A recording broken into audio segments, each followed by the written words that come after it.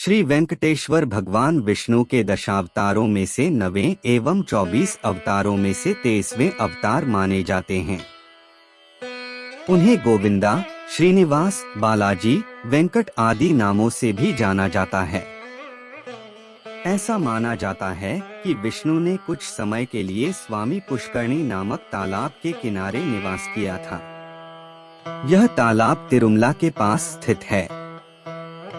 तिरुमाला तिरुपति के चारों ओर स्थित पहाड़ियाँ शेषनाग के 7 फनों के आधार पर बनी सप्तगिरी कहलाती हैं। वैकुंठ एकादशी के अवसर पर लोग तिरुपति वेंकटेश्वर मंदिर पर प्रभु के दर्शन के लिए आते हैं, जहां पर आने के पश्चात उनके सभी पाप धुल जाते हैं। संबंध विष्णु जी के अवतार। निवास स्थान वैकुंठ। मंत्र नमो वेंकटेशाय।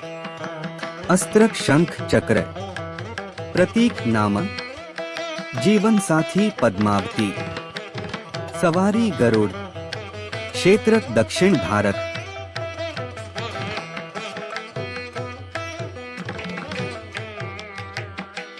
वेंकटेश भगवान को कलियुग में बालाजी नाम से भी जाना गया है। प्रसिद्ध पौराणिक सागर मंथन की गाथा के अनुसार जब सागर मंथन किया गया था तब कालकूट विष के अलावा 14 रत्न निकले थे। इन रत्नों में से एक देवी लक्ष्मी भी थीं। लक्ष्मी के भव्य रूप और आकर्षण के फलस्वरूप सारे देवता, दैत्य और मनुष्य उनसे विवाह करने हेतु लालायित थे, किंतु देवी लक्ष्मी को उन सब में कोई न कोई कमी लगी। अत उन्होंने समीप निरपेक्ष भाव से खड़े हुए विष्णु जी के गले में वरमाला पहना दी। विष्णु जी ने लक्ष्मी जी को अपने वक्ष पर स्थान दिया। यह रहस्यपूर्ण है कि विष्णु जी ने लक्ष्मी जी को अपने हृदय में स्थान क्यों नहीं दिया। महादेव शिव जी की जिस प्रकार पत्नी अथवा अर्धाग्नि पार्वती हैं, किंतु उन्होंने अपने हृदय रूपी मानसरोवर में राजहंस राम को बसा रखा था, उसी समानांतर आधार पर विष्णु के हृदय में संसार के पालन हेतु उत्तरदायित्व छिपा था। उस उत्तरदायित्व में कोई व्यवधान उत्पन्न नहीं हो, इसलिए संभवतया लक्ष्मी जी का निवास वक्षस्थल बना। एक बार धरती पर विश्व कल्याण हेतु यज्ञ का आयोजन किया गया। तब समस्या उठी कि यज्ञ का फल ब्रह्मा, विष्णु, महेश में से किसे अर्पित किया जाए। इनमें से सर्वाधिक उपयुक्त का चयन करने हेतु ऋषि भृगु को नियुक्त किया गया। भृगु ऋषि पहले ब्रह्मा जी और तत्पश्चात महेश के पास पहुँचे, किंतु उन्हें यज्ञ फल हेतु अनुपयुक्त पाया। अंत में वे विष्णुलोक पहुँचे। विष्णु जी शेष शैया पर लेटे हुए थे और उनकी दृष्टि भृगु पर नहीं जा पाई। भृगु ऋषि ने आवेश में आकर विष्णु जी के वक्ष पर ठोकर मार दी। अपेक्षा के विपरीत विष्णु जी ने अत्यंत विनम्र होकर उनका पाव पकड़ लिया और नम्र वचन बोले, हे ऋषिवर, आपके कोमल पाव में चोट तो नहीं आई। विष्णु जी के व्यवहार से प्रसन्न भृगु ऋषि ने यज्ञफल का सर्वाधिक उपयुक्त पात्र विष्णु जी को घोषित किया। उस घटना की साक्षी विष्णु जी की पत्नी लक्ष्मी जी अत्यंत क्रुद्ध हो गई कि विष्णु जी का वक्ष स्थान तो उनका निवास स्थान है और वहां धरतीवासी भृगु को ठोकर लगाने का किसने अधिकार दिया। उन्हें विष्णु जी पर भी क्रोध आया कि उन्होंने भृगु को दंडित करने की अपेक्षा उनसे उल्टी क्षमा क्यों मांगी। परिणाम स्वरूप लक्ष्मी जी विष्णु जी को त्याग कर चली गई।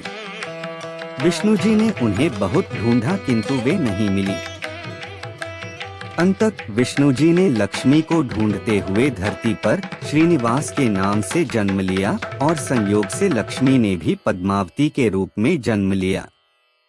घटनाचक्र ने उन दोनों का अंततः परस्पर विवाह करवा दिया। सब देवताओं ने इस विवाह में भाग लिया और भृगु ऋषि ने आकर एक ओर लक्ष्मी जी से क्षमा मांगी तो साथ ही उन दोनों को आशीर्वाद प्रदान किया। लक्ष्मी जी ने भृगु ऋषि को क्षमा कर दिया, किंतु इस विवाह के अवसर पर एक अनहोनी घटना हुई। विवाह के उपलक्ष्य में लक्ष्मी जी को भेंट करने हेतु विष्णु जी ने कुबेर से धन उधार लिया, जिसे वे कलयुग के समापन तक ब्याज सहित चुका देंगे।